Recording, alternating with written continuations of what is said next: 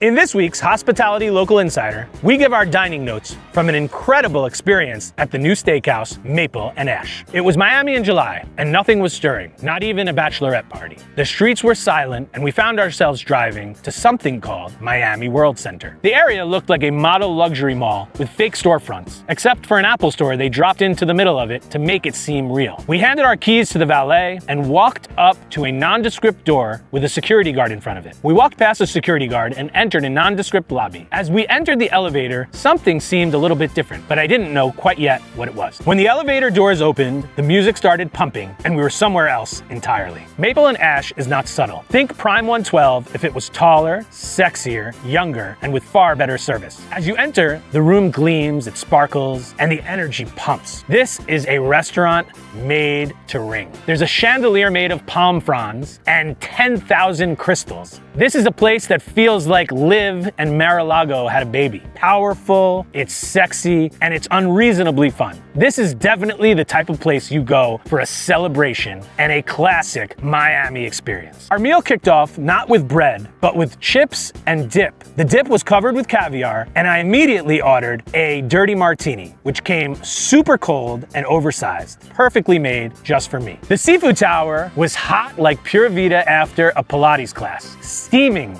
well put together, and rich. What they do at Maple and Ash is they don't do a raw bar, and I kind of miss the raw bar because I love that clean, cold way of starting a steakhouse meal. But what they do here is they do almost like a full seafood Spanish paella with no rice and lots of butter. And then halfway through your experience with it, they come over with freshly made Italian pasta, and they pour the pasta on top of the seafood and make instantaneous carbonara in front of you at the table. It's a special experience. I still love the raw bar, but this is special and it's unique and it's something you gotta go out of your way to try. After the seafood tower, we still had no bread. But we did get some amazing dishes. Romaine lettuce, which was fired on a grill and topped with something called savory sprinkles, which is a combination of smoky and salty flavors that makes your Caesar sing. From there, we had the Dover sole with hearts of palm and caviar. Who could complain about that? And we even got some steak at this steakhouse, which was nicely cooked, dry-aged, and hit the spot without being too filling. After we finished our main courses, we still had no bread,